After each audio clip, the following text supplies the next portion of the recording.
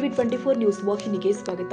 ಉತ್ತರ ಕನ್ನಡ ಜಿಲ್ಲೆಯ 25ನೇ ಜಿಲ್ಲಾ ಕನ್ನಡ ಸಾಹಿತ್ಯ ಸಮ್ಮೇಳನ ಯಾವುದೇ ಅಡೆತಡೆಯಿಲ್ಲದೆ ಸುಗಮವಾಗಿ ನಡೆಯಲಿದೆ ಎಂದು ನ್ಯಾಯವಾದಿ ಕೆಎಚ್ ಪಾಟೀಲ್ ಮತ್ತು ಕಸಾಪ ಜಿಲ್ಲಾಧ್ಯಕ್ಷ ಬಿಎನ್ ವಾಸರೆ ಅವರು ಶುಕ್ರವಾರ ಜಿಲ್ಲಾ ಕನ್ನಡ ಸಾಹಿತ್ಯ ಸಮ್ಮೇಳನ ನಡೆಯುವ ಹಳೆಯ ನಗರಸಭೆಯ ಮೈದಾನದಲ್ಲಿ ಮಾಧ್ಯಮಕ್ಕೆ ನೀಡಿದ ಹೇಳಿಕೆಯಲ್ಲಿ ತಿಳಿಸಿದರು. ಮೊದಲು ಮಾತನಾಡಿದ ನ್ಯಾಯವಾದಿ ಕೆಎಚ್ ಪಾಟೀಲ್, ಸ್ಥಳೀಯರು ಆಗಿರುವಂತಹ ಅಕ್ರಮ್ ಖಾನ್ ಎಂಬುವರು ರಾಜ್ಯ ಪರಿಷತ್ತಿನ ಅನುಮತಿ ಪತ್ರ ಪಡೆಯದಿರುವ ಹಾಗೂ ಇನ್ನಿತರ ಕಾರಣವನ್ನ ಕೊಟ್ಟು ಡಿಸೆಂಬರ್ 10ರಂದು ನಗರದ ಸಿವಿಲ್ ನ್ಯಾಯಾಲಯದಲ್ಲಿ ಮೊಕದ್ದಮೆಯನ್ನ ದಾಖಲು ಮಾಡಿ ಜಿಲ್ಲಾ ಕನ್ನಡ ಸಾಹಿತ್ಯ ಸಮ್ಮೇಳನ ನಡೆಸಬಾರದು ಮತ್ತು ತಡೆಯಾಜ್ಞೆ ಕೋರಿ ಪ್ರಕರಣವನ್ನ ದಾಖಲಿಸಿದ್ರು. ಸಿವಿಲ್ ನ್ಯಾಯಾಲಯದಲ್ಲಿ ಪ್ರಕರಣ ದಾಖಲಾಗಿರುವ ಬಗ್ಗೆ ಬಂದ ಸುದ್ದಿಯನ್ನು ನೋಡಿ ಜಿಲ್ಲಾ ಕನ್ನಡ ಸಾಹಿತ್ಯ ಪರಿಷತ್ತಿನ ಅಧ್ಯಕ್ಷ ಬಿಎನ್ ವಾಸರಿ ಅವರು ಡಿಸೆಂಬರ್ 11ರಂದು ತಮ್ಮ ನ್ಯಾಯವಾದಿಗಳ ಮೂಲಕ ನ್ಯಾಯಾಲಯದಲ್ಲಿ ವಿಚಾರಣೆಯಲ್ಲಿ ಭಾಗವಹಿಸಿದ್ರು. ಡಿಸೆಂಬರ್ 11ರಂದು ವಿಚಾರಣೆ ನಡೆದು ಅದೇ ವಿಚಾರಣೆ ಡಿಸೆಂಬರ್ 12ಕ್ಕೆ ಮುಂದುವರೆದು ಈಗಾಗಲೇ ನಮ್ಮಲ್ಲಿ ಇರುವ ಎಲ್ಲ ದಾಖಲಾತಿಗಳನ್ನ ಕೋರ್ಟ್ಗೆ ಮಂಡಿಸಿದ್ದೀವಿ. ಈ ಸಂದರ್ಭದಲ್ಲಿ ಸಿವಿಲ್ ಕೋರ್ಟ್ ನ್ಯಾಯಾಧೀಶರು ರಾಜ್ಯ ಪರಿಷತ್ತಿನಿಂದ ಸೂಕ್ತ ಅನುಮತಿ ಪತ್ರವನ್ನು ಪಡೆದು ಸಮ್ಮೇಳನವನ್ನ ಹಮ್ಮಿಕೊಳ್ಳಲು ಷರತ್ತುಬದ್ಧ ಅನುಮತಿಯನ್ನು ಕೊಟ್ಟಿದ್ದಾರೆ. ಈಗಾಗಲೇ ಕೆಲ ಅನುಮತಿ ಪತ್ರವನ್ನ ಕೋರ್ಟ್ ಗಮನಕ್ಕೆ ತಂದಿದ್ದೀವಿ. ಈ ಪ್ರಕರಣವನ್ನು ಡಿಸೆಂಬರ್ 17ರಂದು ನಿಗದಿ ಮಾಡಿ ಆ ದಿನಾಂಕದಂದು ಸೂಕ್ತ ಅನುಮತಿ ಆದೇಶಗಳ ದೃಢೀಕೃತ ಪ್ರತಿಯನ್ನ ಕೋರ್ಟ್ನಲ್ಲಿ ಸಲ್ಲಿಸಬೇಕು ಅಂತ ನ್ಯಾಯಾಧೀಶರು ಆದೇಶವನ್ನ ಕೊಟ್ಟಿದ್ದಾರೆ. ರಾಜ್ಯ ಪರಿಷತ್ತಿನಿಂದ ಅನುಮತಿ ಪತ್ರ ನಾಳೆ ಬೆಳಿಗ್ಗೆ ಸಿಗಲಿದ್ದು ಆ ಕಾರ್ಯ ನಡೀತಾ ಇದೆ. ಹಾಗಾಗಿ ಕನ್ನಡ ಸಾಹಿತ್ಯ ಸಮ್ಮೇಳನ ನಡೆಯುವ ಬಗ್ಗೆ ಯಾರಿಗೂ ಅನುಮಾನ ಬೇಡ. ಅತ್ಯಂತ ವಿಜೃಂಭಣೆಯಿಂದ ಸುಗಮವಾಗಿ ಜಿಲ್ಲಾ ಕನ್ನಡ ಸಾಹಿತ್ಯ ಸಮ್ಮೇಳನ ನಡೆಯಲಿದ್ದು ಎಲ್ಲ ಕನ್ನಡ ಅಭಿಮಾನಿಗಳು ಹೆಚ್ಚಿನ ಸಂಖ್ಯೆಯಲ್ಲಿ ಭಾಗವಹಿಸಿ ಈ ಸಮ್ಮೇಳನವನ್ನು ಯಶಸ್ವಿಗೊಳಿಸುವಂತೆ ವಿನಂತಿ ಮಾಡಿದ್ದಾರೆ. ಕಸಾಪ ಜಿಲ್ಲಾಧ್ಯಕ್ಷ ಬಿಎನ್ ವಾಸರಿ ಅವರು ಮಾತನಾಡಿ, ಸುಗಮವಾಗಿ ಹಾಗೂ ವಿಜೃಂಭಣೆಯಿಂದ ಜಿಲ್ಲಾ ಕನ್ನಡ ಸಾಹಿತ್ಯ ಸಮ್ಮೇಳನ ನಡೆಯಲಿದೆ. ನಿನ್ನೆ ಕೋರ್ಟ್ನಲ್ಲಿ ಒಂದೆರಡು ಬ್ಯಾನರ್ಗಳನ್ನು ತೆರವುಗೊಳಿಸುವಂತೆ ಸೂಚನೆಯನ್ನ ನೀಡಲಾಗಿದ್ದು ಎಲ್ಲ ಬ್ಯಾನರ್ಗಳನ್ನು ತೆರವುಗೊಳಿಸುವಂತೆ ಸುದ್ದಿಗಳನ್ನು ಬಿತ್ತರಿಸಲಾಗಿತ್ತು. ಇದೆಲ್ಲವೂ ಕೂಡ ಸುಳ್ಳು ಸುದ್ದಿಯಾಗಿದ್ದು ಈ ಬಗ್ಗೆ ನ್ಯಾಯಾಧೀಶರು ಎಚ್ಚರಿಕೆಯ ಸಂದೇಶವನ್ನು ಕೂಡ ಕೊಟ್ಟಿದ್ದಾರೆ. ನಮ್ಮ ನ್ಯಾಯವಾದಿಗಳು ಆದ ಕೆಎಚ್ ಪಾಟೀಲ್ ಅವರು ಸುದೀರ್ಘವಾಗಿ ತಮ್ಮ ವಾದವನ್ನು ಮಂಡಿಸಿ ಡಿಸೆಂಬರ್ 13ರಿಂದ 3 ದಿನಗಳ ತನಕ ನಡೆಯಲಿರುವ ಜಿಲ್ಲಾ ಕನ್ನಡ ಸಾಹಿತ್ಯ ಸಮ್ಮೇಳನಕ್ಕೆ ಯಾವುದೇ ರೀತಿಯಲ್ಲಿ ಅಡ್ಡಿಯಾಗದೆ ಸುಗಮ ರೀತಿಯಲ್ಲಿ ಸಮ್ಮೇಳನ ನಡೆಸಲು ಕೋರ್ಟ್ನಿಂದ ಷರತ್ತುಬದ್ಧ ಅನುಮತಿಯನ್ನ ಕೊಡಿಸಿದ್ದಾರೆ. ಈಗಾಗಲೇ ರಾಜ್ಯ ಪರಿಷತ್ನಿಂದ ಅನುಮತಿ ಪತ್ರ ನಾಳೆ ಸಿಗಲಿದ್ದು ಅದಕ್ಕೆ ಸಂಬಂಧಿಸಿದ ಎಲ್ಲ ಕಾರ್ಯವನ್ನ ಮಾಡಲಾಗಿದೆ. ಅದು ಬಂದ ನಂತರ ಅದನ್ನ ಕೋರ್ಟ್ಗೆ ಸಲ್ಲಿಸಲಿದ್ದೀವಿ. ಹಾಗಾಗಿ ಸಾರ್ವಜನಿಕರಿಗೆ ಹಾಗೂ ಕನ್ನಡ ಅಭಿಮಾನಿಗಳಿಗೆ ಸಾಹಿತ್ಯ ಸಮ್ಮೇಳನ ನಡೆಯುವ ಕುರಿತಂತೆ ಯಾವುದೇ ಅನುಮಾನ ಬೇಡ. ನಮ್ಮ ಈ ಕನ್ನಡ ಸಾಹಿತ್ಯ ಸಮ್ಮೇಳನಕ್ಕೆ ಯಾವುದೇ ಬಾಧಕವಿಲ್ಲ. ಅತ್ಯಂತ ವಿಜೃಂಭಣೆಯಿಂದ ಕನ್ನಡ ಸಾಹಿತ್ಯ ಸಮ್ಮೇಳನವನ್ನ ಆಯೋಜಿಸುವ ಮೂಲಕ ಸಾಹಿತ್ಯ ಸಮ್ಮೇಳನಕ್ಕೆ ತಡೆಯಾಜ್ಞೆ ತಂದವರಿಗೆ ಮುಖಭಂಗವಾಗುವ ರೀತಿಯಲ್ಲಿ ಸಮ್ಮೇಳನವನ್ನ ಅರ್ಥಪೂರ್ಣವಾಗಿಸೋಣ ಎಂದು ಕರೆಕೊಟ್ಟಿದ್ದಾರೆ. ಬಂಧುಗಳೇ, ಡಿಸೆಂಬರ್ 13, 14 ಮತ್ತು 15ರಂದು ಏನು ಉತ್ತರ ಕನ್ನಡ ಜಿಲ್ಲೆಯ 25ನೇ ಜಿಲ್ಲಾ ಸಾಹಿತ್ಯ ಸಮ್ಮೇಳನ ಏನು ನಡೆಯಬೇಕಾಗಿತ್ತು, ಅದಕ್ಕೆ ಸಂಬಂಧಪಟ್ಟಂತೆ ಅಕ್ರಮುಲ್ಲಾ ಖಾನ್ ಮತ್ತು ಇತರರು ರಾಜ್ಯ ಪರಿಷತ್ತಿನ ಅನುಮತಿಯನ್ನು ಪಡೆದಿಲ್ಲ ಅನ್ನುವ ಕಾರಣ ಮತ್ತು ಇತರೆ ಬೇರೆ ಆಪಾದನೆಗಳನ್ನು ಮಾಡಿ ದಾಂಡೇಲಿಯ ಸಿವಿಲ್ ನ್ಯಾಯಾಲಯದಲ್ಲಿ ಒಂದು ಸಿವಿಲ್ ಮೊಕದ್ದಮೆಯನ್ನು ದಾಖಲು ಮಾಡಿ ಇಡೀ ಸಮ್ಮೇಳನವನ್ನೇ ನಡೆಸಬಾರ್ದು ಮತ್ತು ಅದಕ್ಕೆ ತಡೆಯಾಜ್ಞೆ ಏನು ಕೊಡಬೇಕು ಅಂತೇಳಿ ಪರಿಹಾರವನ್ನು ಕೋರಿ ಕೇಸನ್ನು ದಾಖಲು ಮಾಡಿದರು.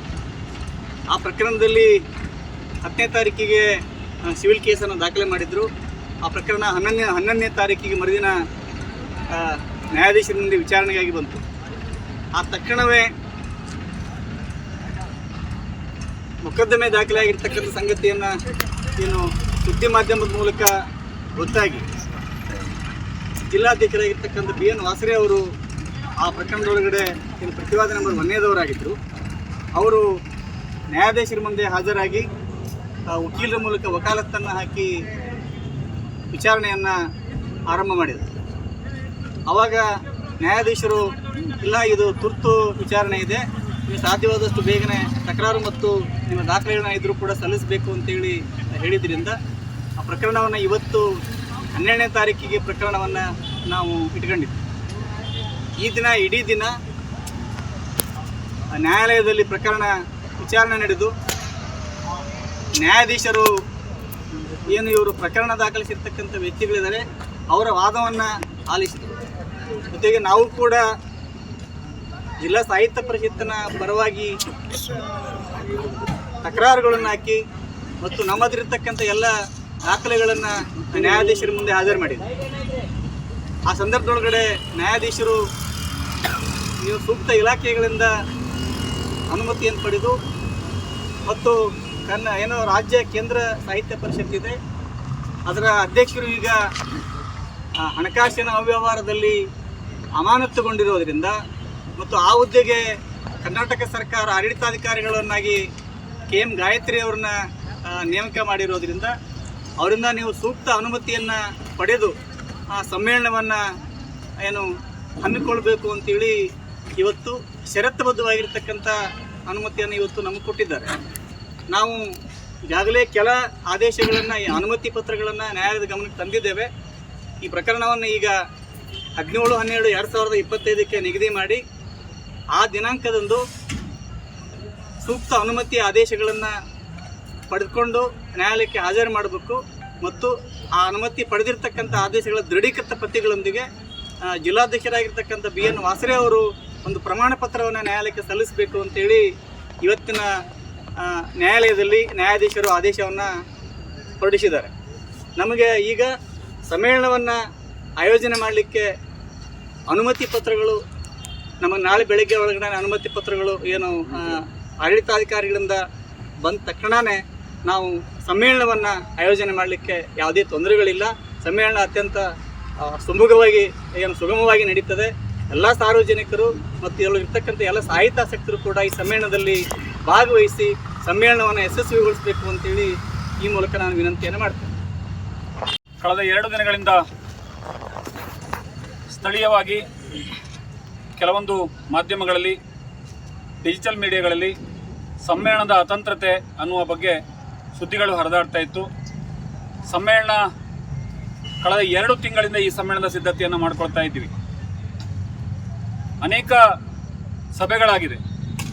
ಶಾಸಕರ ನೇತೃತ್ವದಲ್ಲಿ ಸಭೆಯಾಗಿದೆ, ತಹಶೀಲ್ದಾರ್ ನೇತೃತ್ವದಲ್ಲಿ ಸಭೆಯಾಗಿದೆ. ಎಲ್ಲ ಆಗಿರುವ ನಡುವೆಯೂ ಕೂಡ ಕೊನೆಯ 2 ದಿನ ಇರುವಾಗ ಸಮ್ಮೇಳನಕ್ಕೆ ತಡೆಯಾಜ್ಞೆ ತರಬೇಕು ಅಂತೇಳಿ ನಮ್ಮ ವಕೀಲರು ಹೇಳಿದಾಗೇ ದಾಂಡೇಲಿಯ ಅಕ್ರಮುಲ್ಲಾ ಖಾನ್ ಎಂಬುವರು ಮತ್ತು ಅವರ ಕೆಲವು ಜೊತೆಗಾರರು ಸೇರಿ ಸಮ್ಮೇಳನಕ್ಕೆ ತಡೆಯಾಜ್ಞೆ ನೀಡಬೇಕು ಅಂತೇಳಿ ನ್ಯಾಯಾಲಯದ ಮೊರೆ ಹೋಗಿದ್ರು. ನಾವು ತಕ್ಷಣ ನ್ಯಾಯಾಲಯದಲ್ಲಿ ವಕೀಲರ ಮುಖಾಂತರ ಹಾಜರಾಗಿ ನಮ್ಮ ಅಭಿಪ್ರಾಯವನ್ನು ಕೂಡ ಹೇಳಿದ್ವಿ.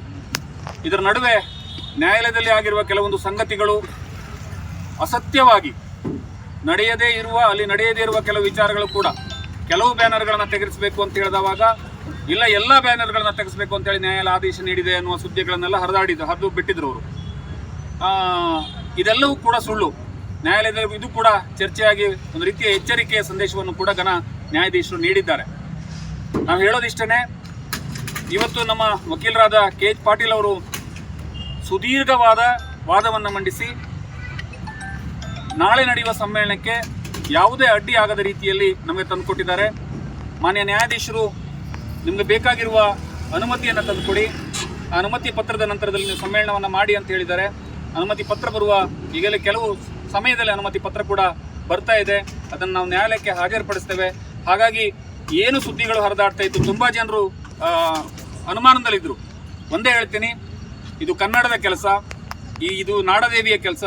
ಇದನ್ನು ಮಾಡೋದಕ್ಕೆ ಬಹುಶಃ ಯಾವ ಜನರ ವಿರೋಧ ಕೂಡ ಅದನ್ನು ಮಾಡೋದಕ್ಕೆ ನ್ಯಾಯಾಲಯ ಅವರನ್ನು ಗೌರವಿಸ್ತದೆ. ನಾವು ಕೂಡ ನ್ಯಾಯಾಲಯದ ತೀರ್ಪನ್ನು, ನ್ಯಾಯಾಲಯದ ಆದೇಶವನ್ನು ಈ ಸಂದರ್ಭದಲ್ಲಿ ಗೌರವಿಸ್ತಾ ಇದ್ದೇವೆ. ನಮಗೆ ಅನುಮತಿಯನ್ನು ಸಿಗ್ತದೆ. ನಾಳೆ ಸಮ್ಮೇಳನಕ್ಕೆ ಯಾವುದೇ ಬಾಧಕ ಇಲ್ಲ, ಖಂಡಿತ ನಡೀತದೆ. ಎಲ್ಲರೂ ಬರಬೇಕು, ಎಲ್ಲರೂ ಸೇರಬೇಕು, ಸಮ್ಮೇಳನವನ್ನು ಅತ್ಯಂತ ಯಶಸ್ವಿಗೊಳಿಸಬೇಕು. ಸಮ್ಮೇಳನಕ್ಕೆ ತಡೆಯಾಜ್ಞೆ ತರಲಿಕ್ಕೆ ಹೋದವರಿಗೆ ಒಂದು ರೀತಿಯ ಮುಖಭಂಗ ಆಗುವ ರೀತಿಯಲ್ಲಿ ನಾವೆಲ್ಲರೂ ಸೇರಿ ಸಮ್ಮೇಳನವನ್ನು ನಡೆಸಬೇಕು ಅಂತೇಳಿ ನಾನು ಈ ಸಂದರ್ಭದಲ್ಲಿ ಕೋರ್ಕೊಳ್ತೇನೆ. ಇದು 25ನೇ ವರ್ಷದ ಸಮ್ಮೇಳನವನ್ನು ಅದ್ದೂರಿಯಾಗಿ ಮಾಡಬೇಕು ಅಂದ್ಕೊಂಡಿದ್ವಿ. ಅದ್ದೂರಿಯಾಗಿಯೇ ನಡೀತದೆ. ನಾಳೆ ಸಮ್ಮೇಳನದ ಒಳಗಡೆ ನಾವು ನ್ಯಾಯಾಧೀಶರ ಕೋರಿಕೆಯ ಹಾಗೆ, ಅಭಿಪ್ರಾಯದ ಹಾಗೆ ಎಲ್ಲಿಂದ ಬರಬೇಕು ಅಲ್ಲಿಂದ ಅವರಿಗೆ ಅನುಮತಿ ಪತ್ರವನ್ನು ನೀಡೋದಕ್ಕೆ ಎಲ್ಲ ರೀತಿಯ ಸಿದ್ಧತೆಗಳನ್ನು ಮಾಡ್ಕೊಂಡಿದ್ದೇವೆ. ಹಾಗಾಗಿ ಜಿಲ್ಲೆಯ ಎಲ್ಲ ಜನರು, ನಾಡಿನ ಎಲ್ಲ ಜನರು ಬರಬೇಕು. ಈಗಾಗಲೇ ಬೇರೆ ಬೇರೆ ತಾಲೂಕಿನ ಜನರು ಬಂದಿದ್ದಾರೆ, ನಮಗೆ ಇಲ್ಲಿ ಸೇರಿದ್ದಾರೆ. ಆಲ್ರೆಡಿ ಬಸ್ ಮೂಲಕ ಇದ್ದಾರೆ, ಉದ್ಘಾಟಕರು, ಅತಿಥಿಗಳು ಆಗಮಿಸ್ತಾ ಇದ್ದಾರೆ. ಯಾವುದೇ ಸಮಸ್ಯೆ ಇಲ್ಲ, ಎಲ್ಲರೂ ಬರಬೇಕು ಅಂತೇಳಿ ನಾನು ಮಾಧ್ಯಮದ ಮೂಲಕ ಮನವಿಯನ್ನು ಮಾಡ್ಕೊಳ್ತಾ ಇದ್ದೇನೆ. ಯಾವುದೇ ಅಪಪ್ರಚಾರಕ್ಕೂ ಕೂಡ ಯಾರೂ ಕಿವಿ ಕೊಡಬಾರ್ದು ಅಂತೇಳಿ ಕಳಕಳಿಯಿಂದ ಮನವಿಯನ್ನು ಮಾಡ್ಕೊಳ್ತಾ ಇದ್ದೇನೆ. ಈ ಸಂದರ್ಭದಲ್ಲಿ ಕನ್ನಡ ಸಾಹಿತ್ಯ ಪರಿಷತ್ತಿನ ಜಿಲ್ಲಾ ಪದಾಧಿಕಾರಿಗಳು, ತಾಲೂಕು ಸಮಿತಿಯ ಪದಾಧಿಕಾರಿಗಳು ಹಾಗೂ ಸಮ್ಮೇಳನದ ಸ್ವಾಗತ ಸಮಿತಿಯ ಪದಾಧಿಕಾರಿಗಳು ಹಾಗೂ ಸದಸ್ಯರು ಉಪಸ್ಥಿತರಿದ್ದರು.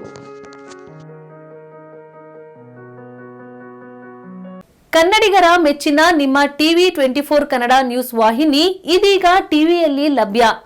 ಕರ್ನಾಟಕ ಮತ್ತು ದೇಶ ವಿದೇಶದ 360 ಡಿಗ್ರಿ ಸುದ್ದಿ ಹಾಗೂ ಉತ್ತರ ಕರ್ನಾಟಕ, ಬೆಳಗಾವಿ, ಬಾಗಲಕೋಟೆ, ಧಾರವಾಡ, ಹಾವೇರಿ, ಗದಗ, ಬಿಜಾಪುರ ಜಿಲ್ಲೆಯ ಕ್ಷಣ ಕ್ಷಣದ ವಿವರವನ್ನ ಪಡೆಯುವುದಕ್ಕೆ ಟಿವಿ 24 ಕನ್ನಡ ನ್ಯೂಸ್ ವಾಹಿನಿಯನ್ನ ಲೈಕ್ ಮಾಡಿ, ವಿಡಿಯೋಗಳನ್ನ ಶೇರ್ ಮಾಡಿ, ಕಮೆಂಟ್ ಮಾಡುವ ಮೂಲಕ ನಮ್ಮ ವಾಹಿನಿಗೆ ಸಹಕಾರ ನೀಡಿ ಮತ್ತು ಚಾನೆಲ್ ಅನ್ನ ಸಬ್ಸ್ಕ್ರೈಬ್ ಮಾಡಿ. Thank you.